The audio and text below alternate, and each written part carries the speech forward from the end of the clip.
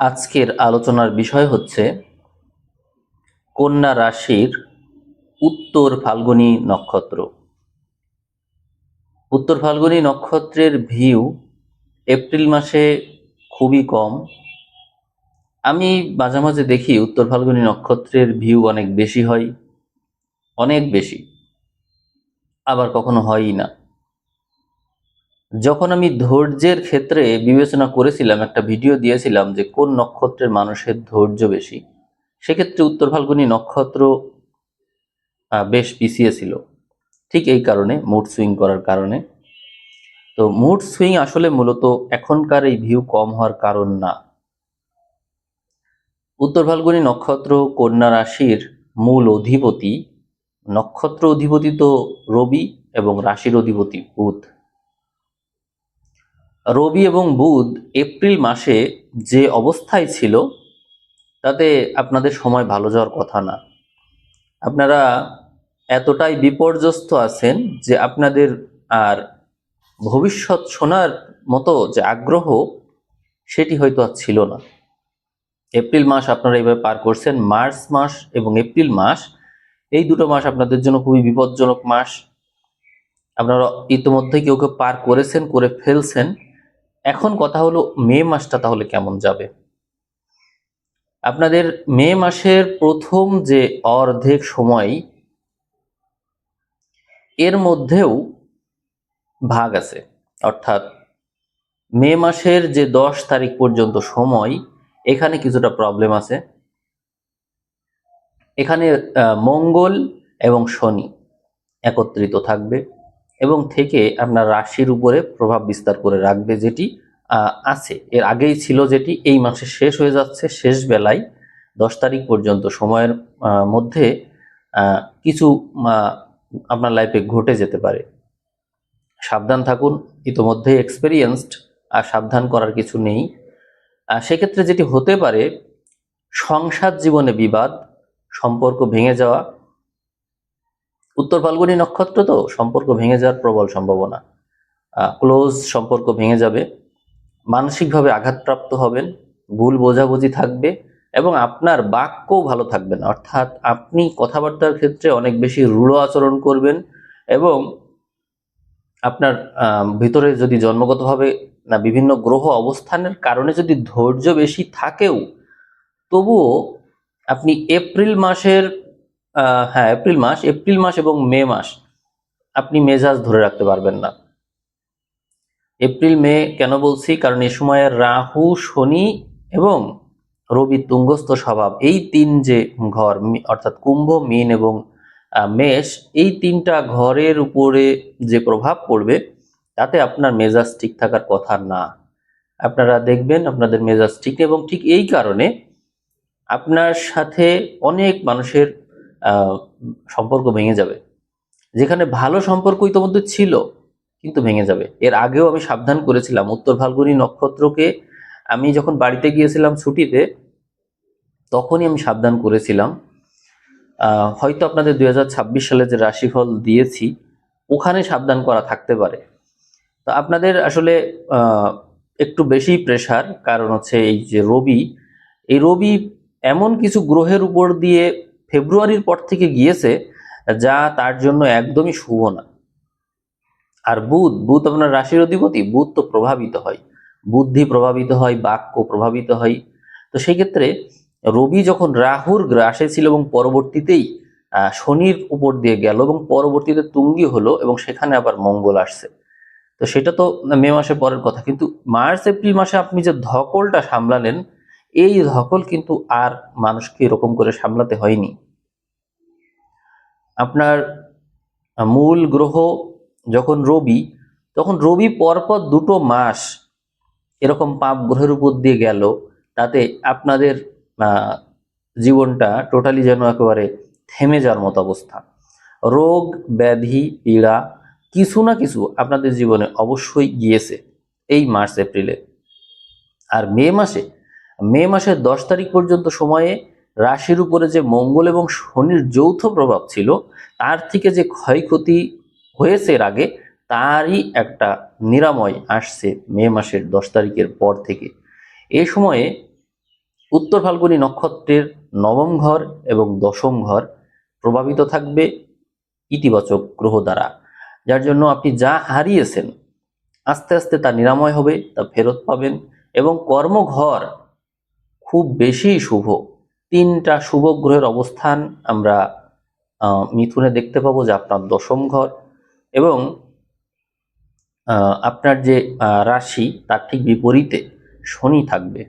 এখন শনি তার নক্ষত্র পরিবর্তন করে ফেলছে এই মাসে, যার কারণে কিছুটা প্রভাব পরিবর্তন হবে, শনির বলবত্তা কিছুটা আপনার দিকে চলে আসবে। কারণ হচ্ছে এই সময় আবার শনি নিজস্ব নক্ষত্র থেকে সরে গিয়ে বুধের নক্ষত্রে পড়বে, ফলে কিছুটা ইতিবাচক প্রভাব পাচ্ছেন আপনি, আপনার যেহেতু এই রাশির অধিপতি বুধ। আর শনি মূলত যে কাজটা আপনার ভিতরে গ্রো করতে চাইবে এটি হলো গাম্ভীর্য, ম্যাচুরিটি, গাম্ভীর্য, এটি খুব দরকার হবে। কন্যার মধ্যে যে প্রবলেমটা হয়, আপনার তো কন্যা রাশি, শুনলে মন খারাপ হতে পারে, কিন্তু কথা সত্যি যে আপনার মধ্যে সব কিছুকে ফান মুডে নেওয়ার একটা প্রবণতা আছে। ফান মুড অর্থাৎ সিরিয়াস বিষয়কে ফান এর পর্যায়ে নিয়ে যাওয়া, কৌতুক করার প্রবল সম্ভাবনা সব কাজেই দেখা যায়। আপনি সিরিয়াস মোমেন্টেও হেসে ফেলতে পারেন, বা আপনার মধ্যে সবকিছুকে হালকাভাবে নেওয়ার যে প্রবণতা সেটি আজীবন আছে। এবং আপনার মধ্যে রয়েছে ডুয়ালিটি, একসাথে আপনি একটা কথা বলেন, বুঝান 2টা বিষয়কে, এই প্রবণতা আছে। যে আমি যে কথাগুলো বললাম এগুলো আবার শনির সম্পূর্ণ বিপরীত ক্যারেক্টার, অর্থাৎ দ্বৈততা পছন্দ করে না, কৌতুক করা, তারপরে হচ্ছে যে কোনো কিছুকে সিরিয়াস বিষয়কে ফানের পর্যায়ে নিয়ে যাওয়া পছন্দ করেন না। এখন আপনি হয়তো বলবেন যে তা আমি শনির মতন করে কেন চিন্তা করব? শনির মতন করে চিন্তা আমাদের ততক্ষণ পর্যন্ত করতে হবে যতক্ষণ পর্যন্ত শনি মিনের ঘরে বসে থাকবে। তো শনি মিনের ঘরে বসে থাকবে হচ্ছে এই ধরুন এই 2026 সালের ডিসেম্বর পর্যন্ত। তাহলে শনি যদি এত সময় এখানে থাকে, আপনার মূল গ্রহ রবি হতে পারে, কিন্তু শনির মতন করে আমাদের চিন্তা করতেই হবে।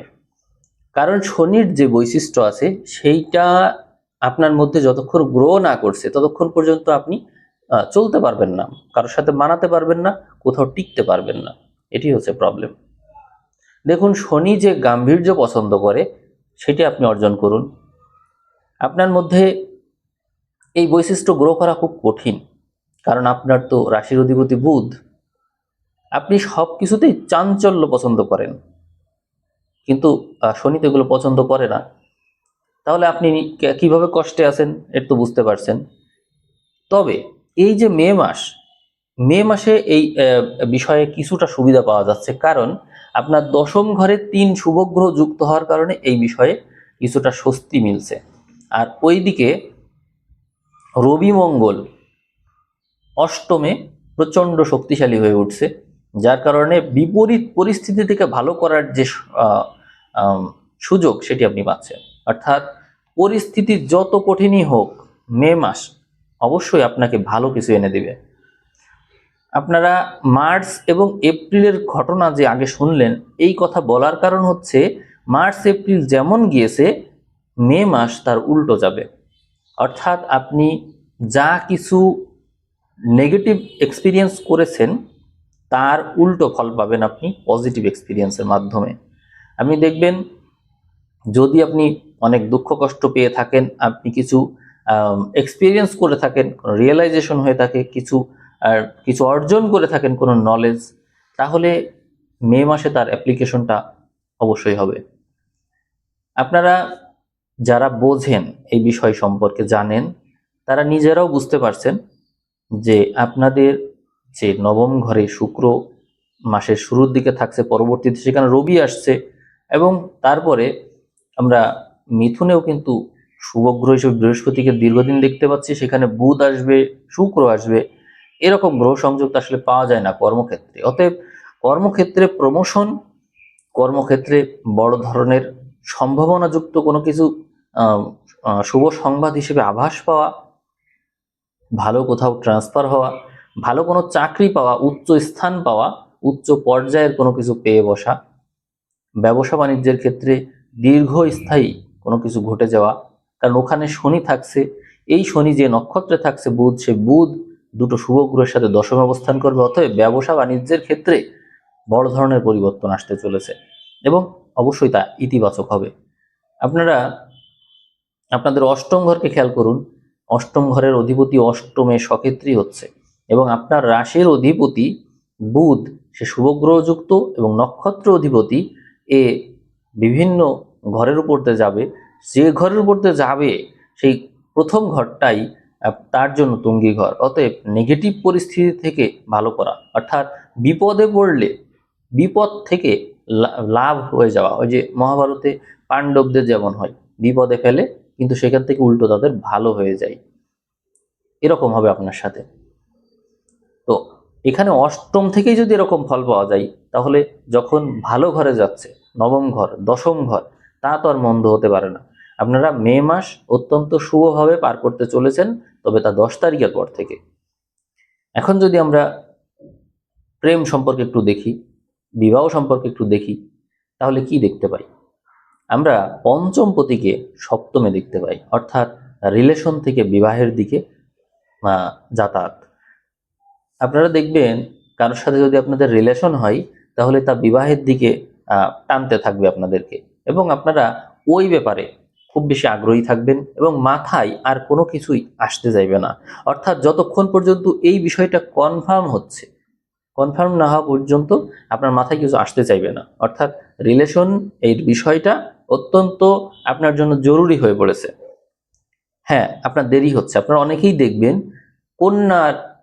কন্যার যে লাইন, অর্থাৎ কন্যা রাশি, তো কিন্তু রাশির বিপরীতে কোনো গ্রহ ছিল কিনা, অর্থাৎ মিনে কোনো গ্রহ ছিল কিনা এবং রাশিতেও কোনো গ্রহ আছে কিনা, তার দ্বারা তো প্রভাব তো থাকবেই।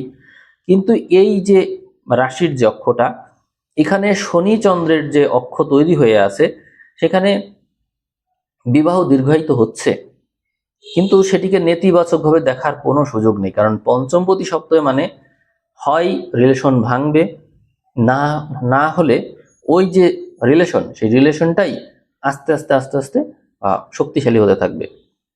যদি ভেঙে যায়, তাহলে তার চাইতেও ভালো কিছু আপনার জীবনে আছে। তবে অবশ্যই আপনাদের জন্মছক বিবেচ্য বিষয়। এখানে আমরা রাহুর বিষয়ে এখনো কথা বলিনি। রাহুকে আমরা ষষ্ঠ ঘরে দেখতে পাই, সংগ্রামের ঘর। এখন আপনারা ষষ্ঠ ঘর এবং অষ্টম ঘর, এই দুটো ঘরকে খেয়াল করলে আপনারা দেখবেন ষষ্ঠ ঘরে পাপ গ্রহ রাহু, সপ্তম ঘরে পাপ গ্রহ শনি, নৈসর্গিক পাপ গ্রহ, অষ্টম ঘরে পাপ গ্রহ রবি মঙ্গল, সব পাপ গ্রহ। 6, 7, 8 এই তিনটা ঘরে যদি পাপ গ্রহ থাকে, লগ্ন কি সেফ থাকতে পারে? রাশি সেফ থাকতে পারে? আপনার রাশি সেফ না।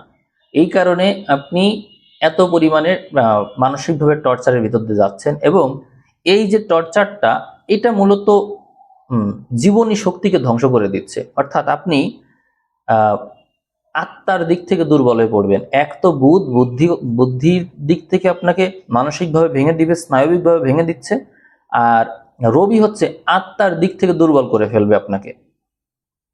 আত্মার দিক থেকে দুর্বল হওয়ার কারণে আপনি কোনোভাবে কোনো কাজে মন বসাতে পারবেন না, এইভাবে আপনি দুর্বল হবেন। আর সেক্ষেত্রে উপায় কি? উপায় হচ্ছে আপনাকে সবকিছু থেকে বের হয়ে আসতে হবে। আপনাকে আপনার চিন্তাকে ত্যাগ করতে হবে, নিজস্বতাকে ত্যাগ করতে হবে, আপনার অতীতকে ত্যাগ করতে হবে, ভবিষ্যৎকে ত্যাগ করতে হবে, শুধুমাত্র বর্তমানে থাকতে হবে। তবুও বর্তমানেও যেন ঘুমাচ্ছেন, এরকম একটা অবস্থায় থাকতে হবে। কোনো কিছুই করছেন না আপনি, এরকম যে একটা স্থির অবস্থা, এই অবস্থায় যদি পৌঁছাতে পারেন, তাহলে এই পরিস্থিতিকে নিয়ন্ত্রণ করা সম্ভব। আপনারা চাইলে মহাদেবের যে মন্ত্র আছে সেগুলো শুনতে পারেন, ধূমাবতীর মন্ত্র আছে, আবার হচ্ছে আপনারা রাহুকে নিয়ন্ত্রণ করার জন্য ছিন্নমস্তার মন্ত্র শুনতে পারেন। এগুলো সব মহামন্ত্র, শুনতে পারেন এগুলো। কিন্তু শুনলেই হবে না, এগুলোর সাথে অ্যাডাপ্ট করে নিতে হবে। অর্থাৎ এগুলো যাতে শোনার সাথে সাথেই কার্যকারিতা শুরু করতে পারে আপনার ভিতরে, সেটি দরকার। তো ষষ্ঠ, সপ্তম, অষ্টম, এখান থেকেই লাইফের স্ট্রাগলটা বোঝা যায় যে আপনি লাইফে কি পরিমাণে স্ট্রাগলটা করছেন। তো আপনাদেরকে মিথ্যা আশার বাণী শুনিয়ে তো লাভ নেই। আপনাদের ষষ্ঠ ঘরে রাহু আছে, 2026 সালে থাকবে, 27 সালের একেবারে শুরু হবে এই সময় রাহু থেকে মুক্ত হবেন। আর শনি শনি তো ওই সময় আমি একটু ভুল বলেছিলাম, শনি তো যাচ্ছে না আসলে, শনি যাবে হচ্ছে 2027 সালের জুন মাসের পর্যন্ত অপেক্ষা করতে হবে, ওই দিকে যাবে শনি, এখান থেকে সরবে। তাহলে দেখুন যে আপনাদের মধ্যে যে গাম্ভীর্য বা এক্সপেরিয়েন্স এই সংক্রান্ত বিষয়গুলো ডেভেলপ করা না করে উপায় নেই, এগুলো করার পরেই আপনি এখান থেকে মুক্ত হবেন।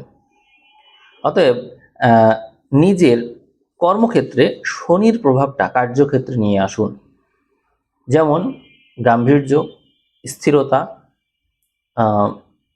খাবারের প্রতি লোভ ত্যাগ করা, যে কোনো কিছুর প্রতি মানে লোভ ত্যাগ করে একেবারে স্থির হয়ে যাওয়া। যদি আপনি আপনার জীবনে সন্ন্যাসের যে বৈশিষ্ট্য আছে, সন্ন্যাসী মানুষের বৈশিষ্ট্য, এটা ডেভেলপ করেন, আপনার সময় অল টাইম ভালো, অল টাইম ভালো। কারণ আপনার সময় ষষ্ঠের রাহুকে দেখলেই বোঝা যায় যে কি পরিমাণে স্ট্রাগলিং আছে, এবং শত্রুর উপর বিজয় লাভ করারও কিন্তু রয়েছে। অর্থাৎ আপনি পরিশ্রম করবেন কিন্তু হেরে যাওয়ার জন্য না, আপনাকে দিয়ে অনেক পরিশ্রম করানো হবে এবং আপনি জিতবেন, সেরকমই পরিস্থিতি। অর্থাৎ আপনাকে প্রচুর স্ট্রাগল করানো হচ্ছে আপনাকে দিয়ে, কথা ঠিক আছে, কিন্তু হেরে যাওয়ার জন্য না। দেখুন আপনি ষষ্ঠে রাহু, ষষ্ঠে ভালোই ফল দেয়, এবং রাহু আসেও শতবিশা নক্ষত্রে, নিজের নক্ষত্রেই। আর রাহুর সাথে রবি শত্রুতা, কিন্তু রাশির অধিপতি বুধের তো মিত্রতা। আবার সপ্তমে শনি আছে, অর্থাৎ শনি দ্বারা প্রভাবিত আপনি অলরেডি আছেন, এবং রাহু আছেই শনির ঘরে। অতএব রাহু ফল দিচ্ছে শনি কেন্দ্রিক। আর ওইদিকে মেষের ঘরে রবি আছে, সেখানে যার ঘরে আছে সেটি হচ্ছে মঙ্গলের ঘর, মঙ্গল ওই ঘরে সক্ষেত্রী হয়, রবির এখানে তুঙ্গি হয়, মিত্র ঘর। তাহলে দেখুন পরিস্থিতি দেখে মনে হচ্ছে স্ট্রাগলিং, হ্যাঁ স্ট্রাগল আছে, কিন্তু আপনার বিজয় রয়েছে। তো সেটিকে দেখেই যারা ভয় পেয়ে যাবে তারা তো অংশই নিবে না, আর যারা এটাকে হচ্ছে চ্যালেঞ্জ হিসেবে নিচ্ছে তারা এখান থেকে ভালো করে ফিরবে। আপনাদের মধ্যে যাদের হাতে মানে রেখার পরিমাণ কম, একদমই কম, তারা দেখবেন লাইফে ঝামেলায় কমই পড়বেন। আর যাদের হাতে প্রচুর রেখা তাদের লাইফে ঝামেলার মাত্রাটাও বেশি থাকবে। আর আমি সবসময় নিউমারোলজির একটা বিষয় সাজেস্ট করি আপনাদেরকে, যে আপনারা যেহেতু রবি প্রধান, যদি হাই প্রেশার না থাকে, এই সময় কিন্তু রোগ ব্যাধির বিষয়ে কথা বলিনি এখনো, যদি আপনাদের হাই প্রেশার না থাকে তাহলে আপনারা আপনাদের ফোন নাম্বার এর শেষে এক সংখ্যা ব্যবহার করার চেষ্টা করুন, 1 রাখুন, সাথে সাপোর্টিভ সংখ্যা হিসেবে 9 রাখতে পারেন, 91 বা 01, 301, 201, 101, 51601, এই টাইপের সংখ্যা রাখতে পারেন। এগুলো ভালো হবে আপনাদের জন্য যদি আপনাদের হাই প্রেশার না থাকে। অর্থাৎ মাথা গরম করা বা হঠাৎ করে হাইপার হয়ে যাওয়া এই প্রবলেম থাকলে কিন্তু না, যদি না থাকে তাহলে এটা করতে পারেন। আর পরামর্শ দেব পোশাকের ব্যাপারে, আপনারা এই সময়ে প্রচুর পরিমাণে গরম অনুভব করবেন, আপনাদের শরীরে তাপের মাত্রা বাড়বে। অতএব সাদা রঙের পোশাক ব্যবহারের জন্য বলবো বারবার করে। আর যদি চান সবুজ রংটা ব্যবহার করতে পারেন, হালকা যে কোনো রং ব্যবহার করতে পারেন, শরীরের তাপটা কমাতে হবে মূলত। আর আপনার রাগ থেকে যে কোনো বিপদ হয়ে যেতে পারে। কর্মক্ষেত্রে সহকর্মীদের সাথে রাগারাগির ঘটনা থাকবে। আপনি যে কোনো জায়গায়, আপনি জুনিয়র কি সিনিয়র সেটা বিষয় না, আপনি যেখানেই থাকুন আপনার আধিপত্য অন্যরা স্বীকার করতে বাধ্য হবে, কারণ আপনার মধ্যে তেজের মাত্রা অনেক বেশি থাকবে। আপনি কাউকে তোয়াক্কা করতে চাইবেন না। আপনি খেয়াল করে দেখবেন আপনার মধ্যে এই মানসিকতা চলে আসবে। অর্থাৎ বুধের যে বৈশিষ্ট্য ছিল সেটি অতীত। যতক্ষণ শনি এখানে আছে, শনি কি চাচ্ছে, ক্রমাগত দীর্ঘদিন ধরে চাচ্ছে আপনার মধ্যে গাম্ভীর্য বাড়ুক। বুধ এখানে কিছুই করতে পারছে না। আর এখানে যে আরেকটা গ্রহ রবি, এও কিন্তু এবার তুঙ্গস্থ হয়ে গেল এবং মঙ্গলের মতো গ্রহের সাথে থাকছে। ফলে আপনার তেজের মাত্রা এত বেশি বাড়বে যে বুধের যে চাঞ্চল্য ছিল, দুষ্টামি ছিল, এর কোনো খোঁজও থাকবে না। দ্বাদশের কেতু আপনার মধ্যে সবসময় রাখবে কোনো কিছুর সাথেই যেন আমি সংশ্লিষ্ট না, এরকম বৈশিষ্ট্য রেখে আপনারা এগুলো ভালো করবেন। মনে রাখবেন যে আপনাদের মধ্যে এই যে কোনো কিছুর সাথেই আমি সংশ্লিষ্টতা মানে রাখি না সংশ্লিষ্টতা, এই বৈশিষ্ট্য এটি কিন্তু সবকিছুতেই ভালো করাবে, কারণ এটি শনি সবসময় এই বৈশিষ্ট্য বহন করে। শনি যেহেতু সবসময় দৃষ্টি দিয়ে আছে, অতএব মানে সর্বাংশে সবসময় আপনি এই বৈশিষ্ট্য ডেভেলপ করুন। আর রবির একটা বৈশিষ্ট্যের কথা আমি বলবো, যেটি শনির বৈশিষ্ট্যের সাথে একই সাথে মিলে যায়, সেটি হলো সর্বশেষ কথা আপনাদের জন্য, যে বিষয় আপনাকে আকৃষ্ট করবে তা অত্যন্ত নিবিষ্টভাবে করবেন, কখনো হাল ছাড়বেন না। এই বৈশিষ্ট্যই আপনাকে সফল করে দিবে। এমন না সন্দেহ নিয়ে কোনো যাবে না, আমি এই কাজটা ধরেছি, এই কাজটা নিয়েই থাকবো এবং এইটি শেষ করেই ছাড়বো, এই যে নাছোড়বান্দা স্বভাব, এর কারণে আপনি ভালো করবেন। এটি হচ্ছে আজকের আমার শেষ কথা। আমি বিস্তারিত অনেক কিছুই বলিনি, বিস্তারিত বিষয়ের মধ্যে অনেক কিছু বলিনি। আপনাদের ভিউ যদি 5,000 ক্রস করে বা যাই হোক, আমি চেষ্টা করব, আপনাদের পয়েন্ট হয়তো কিছু আছে, তার ভিত্তিতে আমি চেষ্টা করব সামনের মাসে ভিডিও দেওয়ার। তবে আপনারাও চেষ্টা করবেন ভিডিও শেয়ার করার, না হলে এই শেষের দিকে একটু স্ট্রাগলিং হয়ে যায় আর কি। পরিস্থিতি এমন হয় যে অনেক ক্ষেত্রে আমিও হয়তো অনেক ক্ষেত্রে টাইম পেলাম না, ভিডিও আমি দিতে পারলাম না, এমন হয়। শেষের দিকে থাকলে রিস্ক থাকে, এই আর কি। তো ঠিক আছে, সবাই ভালো থাকবেন। সবাইকে অসংখ্য ধন্যবাদ জানিয়ে আজকের ভিডিও আমি এখানেই শেষ করলাম। ধন্যবাদ।